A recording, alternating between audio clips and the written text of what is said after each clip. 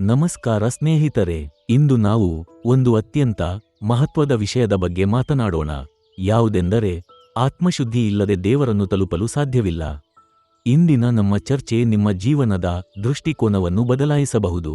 ಕೊನೆಯ ತನಕ ವೀಕ್ಷಿಸಿ, ಏಕೆಂದರೆ ಇದು ನಿಮ್ಮ ಆಂತರಿಕ ಬೆಳಕನ್ನು ಬೆಳಗಿಸಬಹುದು.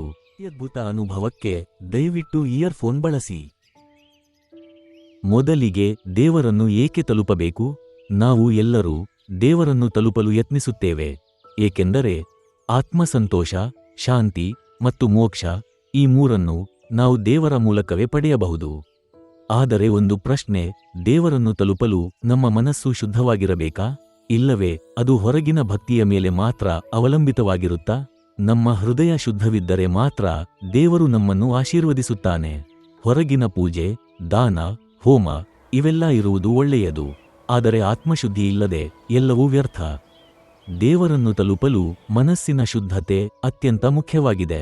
ಭಕ್ತಿಯು ಕೇವಲ ಹೊರಗಿನ ಆಚರಣೆಗಳ ಮಟ್ಟದಲ್ಲೇ ಸೀಮಿತವಾಗಿದ್ದರೆ ಅದು ಅರ್ಥಪೂರ್ಣವಾಗದು. ನಮ್ಮ ಮನಸ್ಸು, ಹೃದಯ ಮತ್ತು ಕ್ರಿಯೆಗಳು ದೇವರ ಪ್ರೀತಿ ಮತ್ತು ಸತ್ಯತೆಯೊಂದಿಗೆ ಕೂಡಿರಬೇಕೆಂಬುದು ಸಂಪ್ರದಾಯ, ಶಾಸ್ತ್ರ ಮತ್ತು ಮಹಾನುಭಾವರು ಬೋಧಿಸಿದ ಸಂಗತಿ. ಬಾಹ್ಯ ಭಕ್ತಿ, ಪೂಜೆ ಮತ್ತು ವ್ರತಗಳು ಇವೆಲ್ಲವೂ ಸಹಾಯಕವಾಗಬಹುದು, ಆದರೆ ಮನಸ್ಸಿನ ಶುದ್ಧತೆ ಇಲ್ಲದೆ ನಿಜವಾದ ದೇವರ ಅನುಭವ ಸಾಧ್ಯವಾಗದು. ಭಗವದ್ಗೀತೆಯಲ್ಲಿಯೂ ಮನ ಶುದ್ಧ ದೇವರನ್ನು ಪ್ರಾಪ್ತಿ ಮಾಡಬಹುದು ಎಂಬುದನ್ನು ಶ್ರೀಕೃಷ್ಣನು ಸ್ಪಷ್ಟಪಡಿಸುತ್ತಾನೆ.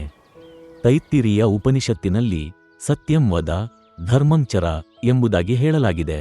ಇದರಿಂದ ನಾವು ದೇವರನ್ನು ತಲುಪಲು ಮನಸ್ಸಿನ ಶುದ್ಧತೆ ಮತ್ತು ಸತ್ಯಾಚಾರ ಮುಖ್ಯ ಎಂಬುದನ್ನು ಅರ್ಥಮಾಡಿಕೊಳ್ಳಬಹುದು. ಆತ್ಮಶುದ್ಧಿಯ ಬಗ್ಗೆ ಪುರಾಣಗಳು, ವೇದಗಳು ಏನು ಹೇಳುತ್ತವೆ ಎಂದು ನೋಡೋಣ ಬನ್ನಿ. ಭಗವದ್ಗೀತೆಯಲ್ಲಿ ಕೃಷ್ಣನು ಅರ್ಜುನನಿಗೆ ಹೇಳುತ್ತಾನೆ, ಯೋಗಕ್ಷೇಮಂ ವಹಾಮ್ಯಹಂ, ಅಂದರೆ ವ್ಯಕ್ತಿಯು ಶುದ್ಧ ಮನಸ್ಸಿನಿಂದ ನನಗೆ ಶರಣಾದವರನ್ನು ನಾನು ರಕ್ಷಿಸುತ್ತೇನೆ.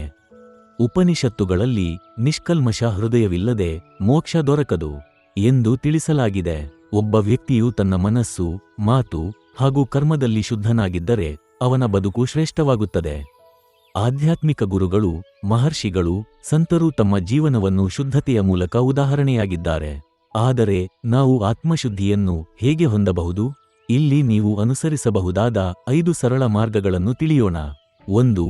ಸತ್ಯವಾದ ಜೀವನ, ಅಂದರೆ ಸುಳ್ಳು, ಮೋಸ, ದ್ವೇಷ ಹಾಗೂ ಮುಂತಾದ ದುಶೀಲತೆಗಳನ್ನು ತೊರೆದು ಸರಳತೆಯಿಂದ ಬಾಳುವುದು. 2. ಕ್ಷಮೆಯ ಮನೋಭಾವವನ್ನು ರೂಢಿಸಿಕೊಳ್ಳಬೇಕು. ಹಳೆಯ ದ್ವೇಷ, ವೈಮನಸ್ಸನ್ನು ಹಚ್ಚಿಕೊಳ್ಳುವ ಮನಸ್ಥಿತಿ ತೊರೆದು ಹೃದಯವನ್ನು ಹಗುರವಾಗಿಡುವುದು. 3. ನಿತ್ಯವೂ ದೇವರನ್ನು ಸ್ವಚ್ಛ ಮನಸ್ಸಿನಿಂದ ಧ್ಯಾನ ಮತ್ತು ಪ್ರಾರ್ಥನೆಗಳಿಂದ ಚಿಂತನೆ ಮಾಡುವುದು. 4. ಸತ್ಯಮಾರ್ಗದ ದಾರಿ ಹಿಡಿದು ಬಡವರಿಗೆ, ದೀನರಿಗೆ ಸಹಾಯ ಮಾಡುವುದು. 5. ಅಹಂಭಾವ ತೊರೆದು ಪ್ರಾಮಾಣಿಕರಾಗಿ ದೇವರನ್ನು ನಿರಂತರ ನೆನೆಸಿ ನಮ್ಮ ಸ್ವಾರ್ಥವನ್ನು ಕಡಿಮೆ ಮಾಡುವುದು. ಇವು ಒಂದೆರಡು ದಿನದಲ್ಲಿ ಸಾಧ್ಯವಿಲ್ಲ, ಆದರೆ ದಿನದಿಂದ ದಿನಕ್ಕೆ ನಮ್ಮ ಆತ್ಮಶುದ್ಧಿಯತ್ತ ಸಾಗಬೇಕು. ಅಂತಿಮ ಸಂದೇಶ, ಸ್ನೇಹಿತರೆ, ನಮ್ಮ ಜೀವನದಲ್ಲಿ ಎಷ್ಟು ಪೂಜೆ ಮಾಡಿದರೂ ಮನಸ್ಸಿನ ಶುದ್ಧತೆ, ಪ್ರಾಮಾಣಿಕತೆ ಮತ್ತು ನಿಸ್ವಾರ್ಥ ಪ್ರೇಮವಿಲ್ಲದೆ ಅರ್ಥಹೀನವಾಗಿದೆ. ದೇವರನ್ನು ತಲುಪಲು ಶುದ್ಧ ಮನಸ್ಸು, ಸದಾಚಾರ ಮತ್ತು ಪ್ರೀತಿ ತುಂಬಿದ ಹೃದಯ ಮುಖ್ಯ. ಇದರ ಮೂಲಕ ನಾವು ನಿಜವಾದ ಭಗವಂತನ ಅನುಭವವನ್ನು ಪಡೆಯಬಹುದು.